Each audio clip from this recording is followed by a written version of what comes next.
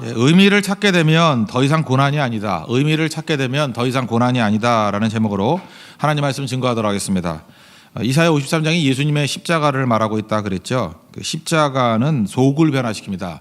그 내면을 이게 교체시킨다는 거예요. 그래서 우리 인생이 원래는 허무했고 무가치했는데 이 가치를 찾게 되고 또 의미를 찾게 된다는 것입니다. 이게 십자가가 하는 역할이라는 거예요. 그래서 한번 순서를 한번 보십시오. 지금 7절부터는 예수님 십자가 지시고 난 다음 이후의 모습들을 쭉 설명하고 있거든요. 첫 번째는 십자가는 우리의 속의 것을 드러나게 만든다는 것입니다. 고난은 우리의 속의 것을 이렇게 드러나게 만든다는 거예요. 9절을 보니까 고난 당하셨는데 예수님이 강포를 행하지 아니했다. 거짓이 없었다. 그 입에는 거짓이 없었다. 이런 말씀이 나오죠. 그러면 이게 왜 기록에 가치가 있는 거죠? 대부분은 고난 당하고 이렇게 어려움 당하면은 그 강포가 나오고 또 그 속에서 거짓이 나온다는 얘기죠. 근데 예수님은 그게 없었다. 그러니까 특이하니까 이거 적어놓은 거죠. 이런 특이점이 있더라 그런 얘기죠.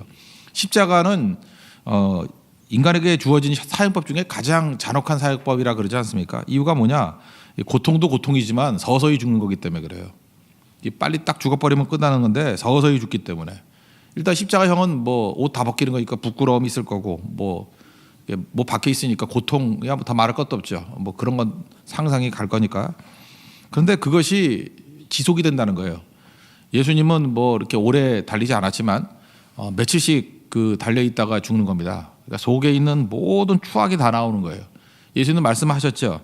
그 속에 있는 것들 마태복음 15장 19절 보니까 속에 뭐가 있느냐 악한 생각, 살인, 간음, 음란, 도둑질, 뭐 거짓 증거 이런 악이 막 다 쏟아져 나온대요. 근데 고난이 오면 이런 것들이 막 쏟아져 나온다는 것입니다. 우리 대부분 이렇게 영화 같은 데 보면 칼에 찔려 죽잖아요. 그럴 때 뭐 물론 주인공이 할 말하고 죽지만 그러다가 죽죠 되게. 총도 마찬가지 아닙니까? 총에서 땅 그러면 그러고 죽는 거지 뭐 말할 거 없잖아요. 근데 십자가는 안 그렇다는 거예요. 며칠씩 고통 속에 있는 악이 다 나오게 된다는 것입니다. 근데 예수님은 십자가에 달리셔서 나온 게 뭐예요? 용서가 나오고 사랑이 나오고 아름다움이 나오지 않습니까? 그 안에 거짓이 없고. 그래서 옆에 있던 백부장이 뭐라 그래요? 이는 실로 하나님의 아들이었도다. 왜? 그런 십자가 집행을 여러 번 해봤는데 이런 케이스는 없더라는 거예요. 이게 하나님의 아들이 아니면 이렇게 될 리가 없다. 그 속에 더러움이 없더라. 그 얘기는 이제 우리에게도 적용이 되는 겁니다. 우리도 언제 내 속에 있는 것들이 다 드러나죠? 한번 정리를 해보면요. 여러분들 연세가 좀 드시고 지혜로운 분들은 사람과 이렇게 접하다 보면은 그 사람 속을 볼 때가 있어요. 근데 그 되게 네 가지 정도로 속이 보이는데 첫 번째는 분노했을 때, 화가 났을 때 속에 있는 게 다 드러나요. 그래서 누가 이렇게 거래라거나 아니면 교제라거나 뭐 결혼을 앞두고 있는 분들은요 충분한 그래서 사계절은 사귀어야 돼요. 추나추동. 그래야 이렇게 분노할 때가 있거든. 이게 나오거든요. 또 지독한 사람은 추나추동 갖고도 안 돼요. 그래서 추나추동 그러면 나와요. 그래서 분노했을 때 그 사람의 본질이 나오는 거라고요. 그 분노할 때가 자기를 테스트하는 때라는 걸 몰라요, 바보들이. 그래서 화가 날 때 어떻게 대처하느냐 그거에 따라서 그 사람 속이 어떤지를 알게 될 때가 있고요. 또 하나는 뒤끝이죠. 헤어지고 난 다음에 있을 땐 잘하다가 헤어질 때 다 쏟아붓고 나가고 뒤끝이 안 좋은 사람도 있죠. 이거 두고두고 문제라고요. 뒤끝이 그때 속이 다 보이는 거예요. 겉으로는 맨날 웃고 있다가 뒤끝이 저렇구나. 헤어지고 난 다음에 저렇구나. 그래서 한번 사람들이 헤어져 봐야 돼요. 그래서 태종 이방원도 뭐 양위를 뭐 기록에 8번인가 했다 그러잖아요. 나 세종한테 양위해 뭐 할 거야. 이러면은 이제 뒤끝이 보이는 인간들 다 죽여버리고. 그래서 세종대왕 때 태평성대를 이루게 되었다 뭐 이런 얘기도 있잖아요. 뒤끝을 통해서 속을 다 안 거예요. 그죠? 이별하고 난 다음에 어떤 일이 벌어지느냐. 세 번째는요 아무도 보지 않을 때. 그래서 D.L. 무디가 처음에 얘기했던 건데 빌 하이블스 목사님의 책으로 유명하죠. 아무도 보지 않을 때 당신은 누구인가. 아무도 보지 않을 때. 그래서 누가 안 본다 그럴 때 이렇게 보면은 그 사람 속이 다 나오는 거예요. 그리고 네 번째로는 힘이 주어졌을 때 또 반대죠. 완장한 한 잔 채워놓으면은 또 난리 벌어져요. 그러니까 집사님일 때는 굉장히 신실한 분이었는데 장로 되고 난 다음에 거의 깡패 되는 인간들 있잖아요. 그죠? 그거 모르십니까 그거? 뭐 저런 인간이 다 있어. 그래서 이게 시간의 테스팅도 필요한 거고 그 잘 볼 줄 알아야 돼 사람을. 인간 잘 못 봐요 그거. 못 보는데 그 속이는 거거든요. 그래서 이 속에 뭐가 있는지를 아는 것들 다시 정리하면 이거예요. 분노했을 때 속이 드러나고요. 그 다음에 뒤끝 헤어지고 난 다음에 속이 드러나고요. 그 다음에 혼자 있을 때 아무도 보지 않을 때 그 사람 속이 드러나고요. 그 다음에 그 사람에게 힘이 주어졌을 때 그 사람의 본질이 다 드러나게 된다는 것입니다. 우리 여러 가지 테스트가 있다고요. 근데 그 중에 하나가 뭐냐면 이제 고난이에요. 고난. 대표적인 고난. 이런 것들은 사실은 우리 캐치하기가 힘들어요. 왜냐하면 이런 일이 있을 때 우리가 보기가 힘들잖아요. 그렇지 않습니까? 이건 자기 자신의 테스팅은 되더라도 다른 사람에게 보이는 게 힘들잖아요. 그게. 그래서 우리 속이 드러나게 만들 때가 있다고요. 근데 그게 대표적인 십자가예요. 고난 속에 있을 때 내 본전이 뭔지를 아는 거예요. 그래서 두 번째 단계입니다. 하나님 앞에 나아가는 거예요. 그래서 이 더러움을 보니까 신앙이 그런 거 아닙니까? 더러운 것을 버리고 하나님 것을 수용하는 거 아니에요. 그래서 하나님의 뜻을 수용하는 것이 십자가입니다. 그래서 얼마나 기회예요. 내 속이 체인지되는 게 쉬운 게 아닌데 이 고난 때만 그 속이 변화가 되는 거예요. 그래서 나를 단련하신 다음에 내가 정금같이 나온다고. 욥이 고백했던 이유가 그거예요. 고난 아니고서는 이 속의 것을 씻을 수가 없어요. 뭐 요즘에 제가 나이가 드니까 이상한 비유를 드는데 간지러울 때 있지 않습니까? 그 뭐로 해요? 손이 안 닿을 때가 있잖아요. 그때는 효자손, 그죠? 효자손 뭐 그런 거가 비슷한 거예요. 그다음에 뭐 귀도 깊이 있을 때 뭐가 이렇게 안 빠질 때 있잖아요, 그죠? 그때는 이비인후과 가가지고 그 사람들의 의사들이 갖고 있는 특허한 뭐 장비를 뽑고 있잖아요. 그러니까 일반적으로 손댈 수 없는 부분이 있다고요. 그게 내면이거든요. 이 내면을 변화시키는 것은 고난이라는 십자가를 통해서 하나님께서 다루신다는 거예요. 정결하게 만드신다는 거예요. 그러니까 더러움이 드러나면 다음에 이걸 회개하고 그다음에 채워야 될 거 아니에요. 하나님의 뜻으로 채우는 작업이 있어야 된다는 것입니다. 7절을 보니까 그 곤욕을 당할 때 입을 열지 아니했다 그랬죠. 도수장으로 끌려가는 양같이 잠잠했다. 이건 무슨 얘기입니까? 자원하는 마음이 있었고 하나님의 뜻을 수용하는 겸손함이 있더라는 것입니다. 그런데 고난 중에도 계속해서 자기 자신의 자아가 죽지 아니하고 자기 고집 부리는 사람이 있죠. 그래서 설익은 지식, 뭐 제대로 알지도 못하고 책 한 권 읽은 사람이 제일 무섭다 그러잖아요. 하나님을 부인해요. 책 한 권, 그죠? 책 한 권. 무서운 거죠. 설익은 정의, 이게 사나운 심판자가 됩니다. 자기가 세상에 제일 정의로운 사람이에요. 사람이 이원론이라는 게 듀얼리즘이라는 게 그게 그 마귀에서 오는 거라 그랬죠. 선악과가 이원론 아니에요. 선과학. 내가 정의면요. 내가 정의롭다고 하는 사람이 왜 무서운지 알아요? 이게 복음 안에서 정의를 붙들고 나가는 사람은 십자가로 정의를 외치는데 내가 일단 정의라고 외치는 사람은 너는 불의예요. 그래서 정의로운 사람 옆에 가면 피해자가 많아지는 거야. 상대가 불의가 아니더라도 불의한 걸로 만들어야 돼. 내가 정의로우니까. 바리새인이 그거 아니에요. 그러니까 맨날 뭘 찾아요? 죄인들 찾고 있지. 그래서 쟤네들은 저러는데 난 이렇습니다. 그래야지 되는 거거든요. 내가 양심의 뭐 본산이라 그런 사람이 있죠. 내가 양심의 뭐 세력이다. 그런 사람은 반드시 위선자를 만들어내야 돼요. 그러니까 그 사람들이 찾는 건 뭐예요? 주변에 있는 모든 사람의 위선을 찾아내는 거예요. 그러니까 주변이 항상 썩었다 그러고 문제라 그러고 누구 때문이라 그러고 그런다라는 것입니다. 그래서 그 설익은 신앙은요. 설익은 신앙은 사람들에게 상처를 줘요. 막 깨고 그게 숙성되지 못했기 때문에 그래요. 그래서 혼란을 일으키는 바람이 되고요. 성령의 바람이 불어야 되는데 혼란의 바람을 일으킬 수 있고요. 또 사람을 치유하는 말씀의 칼이 돼야 되는데 이것이 찌르는 칼이 돼버리고 독선이 돼버린다는 거예요. 신앙의 순교가 돼야 되는데 독선이 돼버린다는 거예요. 그러니까 십자가로 갈 줄 알아야 된다는 것입니다. 십자가는 뭐죠? 그냥 나로부터 시작하는 거예요. 나로부터. 나의 변화부터. 그래서 어둠을 탓하지 않고 원망하지 아니하고 그 촛불이 되는 거죠. 빛이 돼서 비치는 거예요. 그러니까 내가 빛 되는 거지 뭐 외치는 거 하나도 없거든요. 그게 되게 중요하다는 것입니다. 그래서 언제나 정의는 사랑으로 커버가 되지 않으면 넓어지지 않는다는 거예요. 여기도 잘 보십시오. 우리도 신앙생활하면서 맨날 정의만 외치다 보면은 십자가 없는 정의를 외치다 보면은 자꾸 좁아져요. 우리는 부당한 거 되게 싫어하죠. 그래서 정당한 거, 올바른 거, 합리적인 거. 그럼 그런 사람들이 어디 있겠어요? 그 그런 사람을 찾다면 잠깐 좁아지죠. 그런 모임을 만들어야겠지만 그런 모임이 얼마나 되겠습니까? 잠깐 좁아지는 거죠.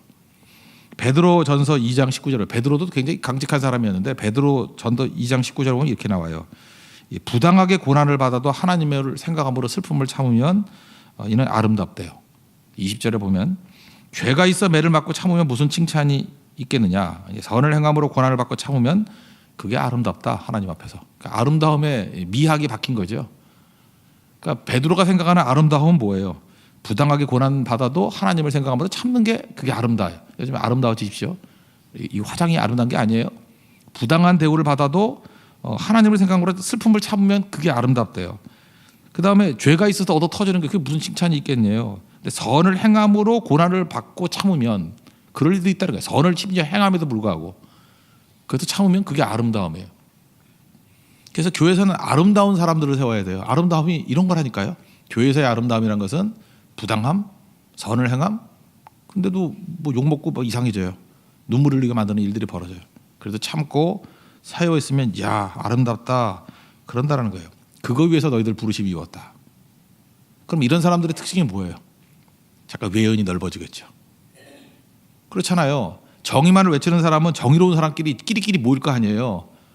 그러니까 골수들만 모여가지고 뭐 되겠어요 일이? 그런데 대부분은 그렇게 대단한 인간들이 아니잖아요. 다 죄인들이고 넘어지고 불합리하고 앞뒤 안 맞고 하는 사람들 아닐 거 아니에요. 근데 십자가를 지는 이런 사람들이 가면 그거 품어야 안 품어요? 품게 되죠. 품게 되니까 이게 커지는 거죠. 이게 더 훨씬 더 강력한 종이 될 수 있다라는 것입니다. 이게 십자가 최종적인 승리예요. 여기까지 가는 거예요. 이게 하나님의 뜻을 품는다는 것은 아름다운 거예요. 아름다운 것은 강한 겁니다. 이거보다 강한 게 어디 있어요? 그래서 아름답게 되라는 거예요. 성경에서 말하는 아름다움은 십자가의 아름다움이에요. 부당한 대우를 받아도 참는 거. 선을 행함에도 불구하고 고난을 받아도 주님 생각에서 참으면 그게 아름다움이다. 그러면 이게 아름다운데 이게 힘이 아니냐 이 얘기예요. 얼마나 넓어지느냐. 다 품게 되느냐. 그래서 이거부터 먼저 하라는 거예요. 잘 보세요. 정의를 외치는 사람들과 십자가를 지는 사람들의 차이점이 뭐예요? 정의는 니네들 왜 그 꼴이야? 그러면서 누구를 비난하고 정지하는 거에 막 열받아 있어요. 그죠? 그러니까 세상이 이렇게 된 이유가 뭐예요? 네 탓이에요. 네 탓. 다. 자기는 아니고. 근데 십자가의 내용은 뭐예요? 나를 향하는 거예요. 부당함에 대해서 외치는 게 아니라 그것 때문에 내가 아름다워지는 거예요. 참고 기도하는 걸 통해서 내가 아름다워져요. 그럼 그 아름다움의 힘이 결국 세상을 뒤집는 거예요.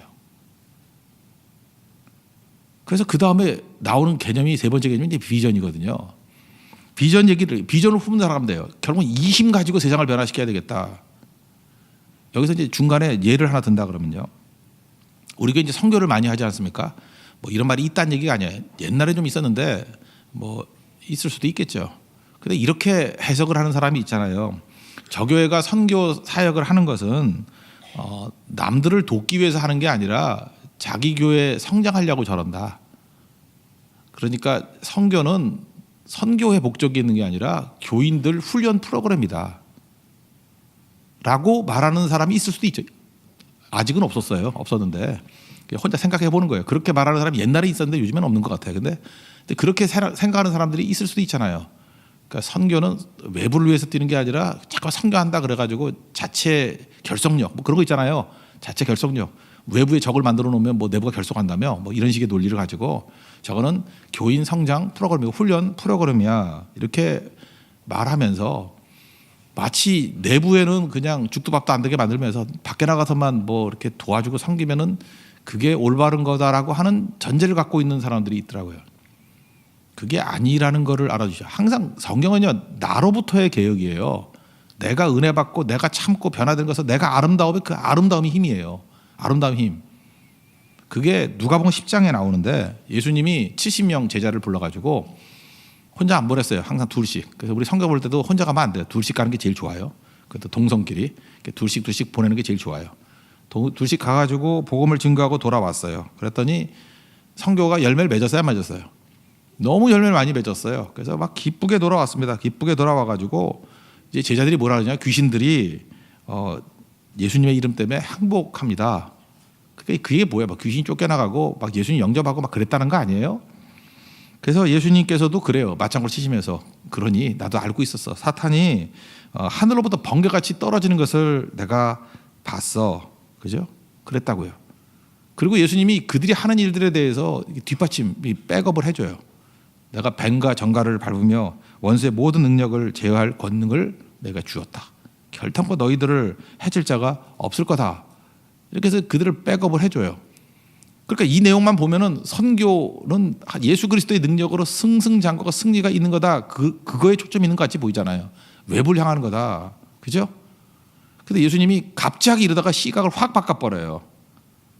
니네 그것 때문에 초점 맞추는 게 아니고 정말 중요한 게 뭔지 아냐. 그러면서 누가복음 10장 20절에 말씀하기를 귀신들이 너희에게 항복한 것으로 기뻐하지 말고 외부의 열매 때문에 기뻐하지 말고 더 기뻐할 일은 뭐냐. 너희 이름이 하늘에 기록된 것을 인하여 기뻐하라. 그게 뭐예요?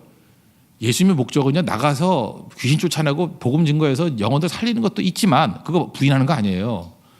근데 예수님께서 1차적으로 원하는 건 뭐였냐면은 너희들이 변화야. 너희들 이것 때문에 은혜 받고 너희들 이것 때문에 변화되는 게 얼마나 큰 건지 아니.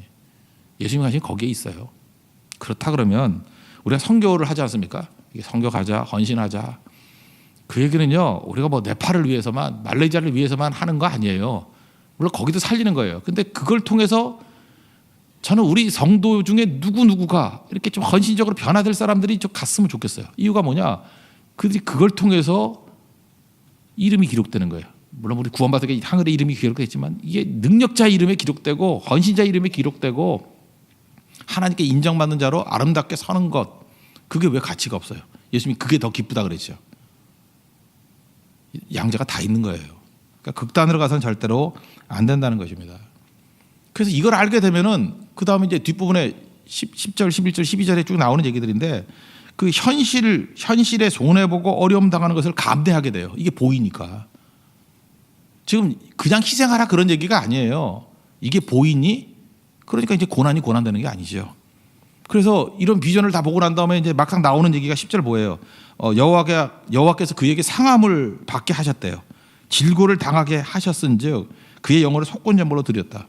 그러니까 그의 삶이 예물이 되는 인생이 되게 만들었다는 거예요. 이게 복된 거 아니냐? 이제 전말을 알게 되면 이제 이게 느껴지는 거죠. 그래서 의미와 가치를 알게 되면 그 다음부터는 고난이라고 잘 부르질 않아요. 그래서 많은 사람이 착각을 하는 게 뭐냐면 신앙이 없는 사람들은요, 그러니까 영적 상태가 좀 덜 된 인간들은 고난도 아닌 걸 고난이라고 잠깐 붙여. 그거는 지가 잘못하고, 그러니까 예를 들어서 저녁에 배 터지게 먹었어. 그죠? 삼겹살 12무 먹었어. 그리고 배 탈라고 고난이 많대. 그 정신 나간 짓이에요, 그건. 그러니까 그런 거는 자기가 잘못해서 나오는 대가. 그거는 어리석음이죠. 근데 어리석음까지도 자기를 다 고난이라고 붙여. 그래서 실제로 고난 말고도 고난이라고 이름 붙인 이 네이밍 한 게 너무 많으니까 고난이 많아 보이는 거예요. 고난이 많은 게 아니라 바보같이 사는 건데 술 퍼마시고 난 다음에 위가 아프대. 그리고 병원에 입원해가지고 신방 받으면서 고난이 많대. 그건 드릴도 뚫어야 돼, 그건. 그죠? 그건 고난이 아니에요, 그건 어리석음이지. 그러니까 자기 인생에 다 이렇게 고난이라고 붙이는 거야, 고난이라고. 그러니까 고난이 되게 많아 보이는 거예요. 그래서 왜 이렇게 고난이 많지? 이래요. 착시예요, 착시. 근데 영적으로 깊이가 있는 사람은요, 분명히 고난인데 그걸 고난이라 그러지 않고 사명이라 그래요. 이름을 그렇게 붙여요. 그리고 어떤 때는 아름다움이라고 붙이기도 하고요. 어떤 때는 뭐 이렇게 얘기를 해요. 기쁨이라고도 그래요. 어떤 사람은 그게 기쁨이래. 그리고 감사 제목이래. 얼마나 감사한지. 나 이런 사람 봤어요.